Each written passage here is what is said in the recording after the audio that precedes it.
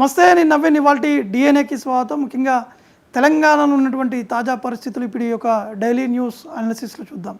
తెలంగాణ ముఖ్యమంత్రి రేవంత్ రెడ్డి కలెక్టర్లతో కూడా సదస్సు కూడా నిర్వహించడం జరిగింది. ముఖ్యంగా అనేక అంశాలపై కూడా చర్చించారు.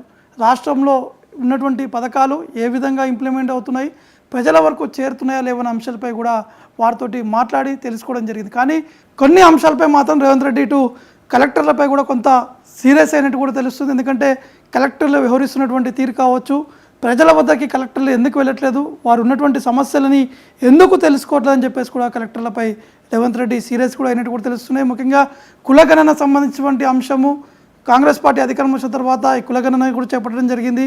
దాదాపు 96% వరకు పూర్తి చేశారు. దీంట్లో కలెక్టర్ అందరూ కూడా ఏకమై ముందుకు వచ్చి పనిచేశారు కాబట్టి అది సక్సెస్ అయిందని చెప్పేసి కూడా చెప్పడం జరిగింది. దాంతోపాటు జనవరి 26 తారీఖు నుంచి కూడా తెలంగాణ రాష్ట్రంలో కొత్త పథకాలు అమల్లోకి రాబోతున్నాయి. వాటికి సంబంధించినటువంటి అంశాలు అవి ప్రజలకి చేరే విధంగా కూడా కలెక్టర్లే ముందుండి ఈ యొక్క ప్రయత్నం కూడా చేయాలి.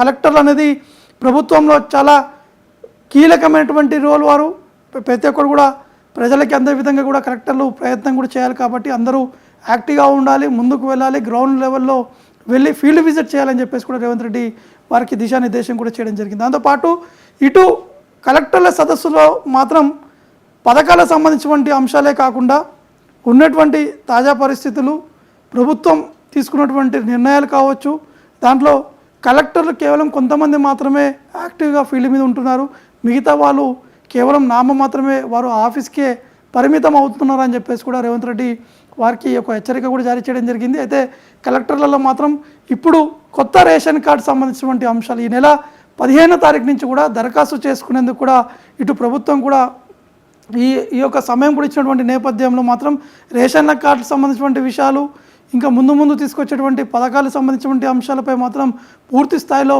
ఫోకస్ పెట్టాలి, స్టిల్ యాక్టివ్గా ఉండాలి. ఎందుకంటే కాంగ్రెస్ ప్రభుత్వం అధికారంలోకి వచ్చే ఏడాది అవుతుంది కాబట్టి ఇంకా ముందు చాలా సమయం ఉంది. కాబట్టి అందరూ కూడా కలిసికట్టుగా పనిచేసి ముందుకు వెళ్తేనే ఖచ్చితంగా సక్సెస్ అయ్యేటువంటి అవకాశం కనిపిస్తున్నాయి.